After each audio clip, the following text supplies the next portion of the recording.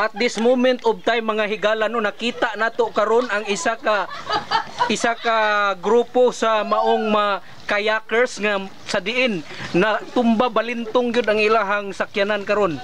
Nakita nato karon no, si Sir Boards ug si Daryl nga grabe yung paningkamot nga mabali o maplastar balik ang ilahang kayak karon.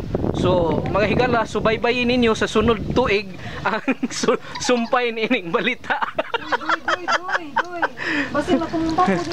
So grabe ilang paningkamot karon mga higala, baguhanay pa lamang gayud mga 3 minutes pa gyud nga nahitabo nata diri karon sa ilalom sa langob diri sa Sugba Lagun. Makita na to karon diri no ang grabe kayo nga rock formation diri. So grabe gyud, grabe ilang paningkamot nga makabangon sa ilahang naagian.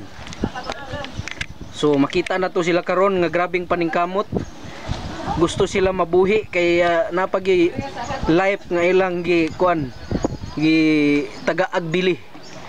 So makita na to sila karon mga higala. So kami karon na karon diri nagpalandong kay murag init na kayo. Nalagi mi duy ilayo ikuan sa na duy. Ikuan sa duy ba? Ilang ana lang, relax lang kay tuyok-tuyok karata. So makita na to karon sila. Nakita nimo sila natumba bay. Grabe gyud bay, grabe pagkatingkang ginila bay. Grabe kayo nga mga naka-witness kita sa mao nga pagkatumba gyud. Pero okay ra, at least wala ra nabunal ilang ulo. Hala tuwa na pod. Tuara. Tuwa na po, nakita gid nato live gyud. Live gyud nakita na to ang pagkatikangkang gyud sa maong kayak nila mga higala no. Grabe gyud pagkakuluba gyud. Murag wala pa gid sila naka-eskwela og tisda. Wa sila ka-eskwela sa tisda mga higala. Nakatamak imong tail? Wala, ama na tama. Ato ta dito sa katong nay ilalo mo.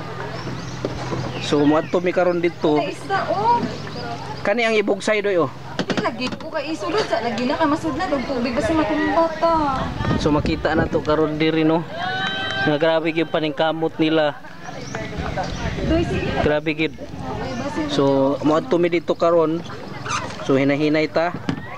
Okay kay ni ilahang kuan diri lugar diri murag gyud surrounded by kuan gyud forest. Di ba ko pwede and mangrove. Doy. Video ni siya. Doy pictures. Unya na doy. Tuyok sa ta. So it pa 3 minutes na ko, 7 minutes na lang o 7 seconds. So grabe kayo, nice kayo ni ilang kuan. So salamat kayo sa inyong pagtan-aw hangtod sa sunod.